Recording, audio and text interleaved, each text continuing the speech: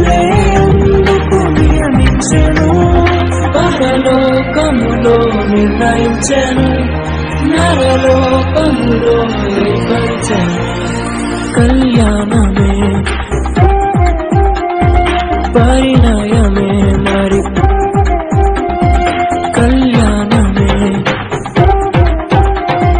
పరిణయమే మరి, పెళ్లి సంబరమే. అందాల వరుడు పరిశుద్ధుడు, చక్కని వధువు కన్యా.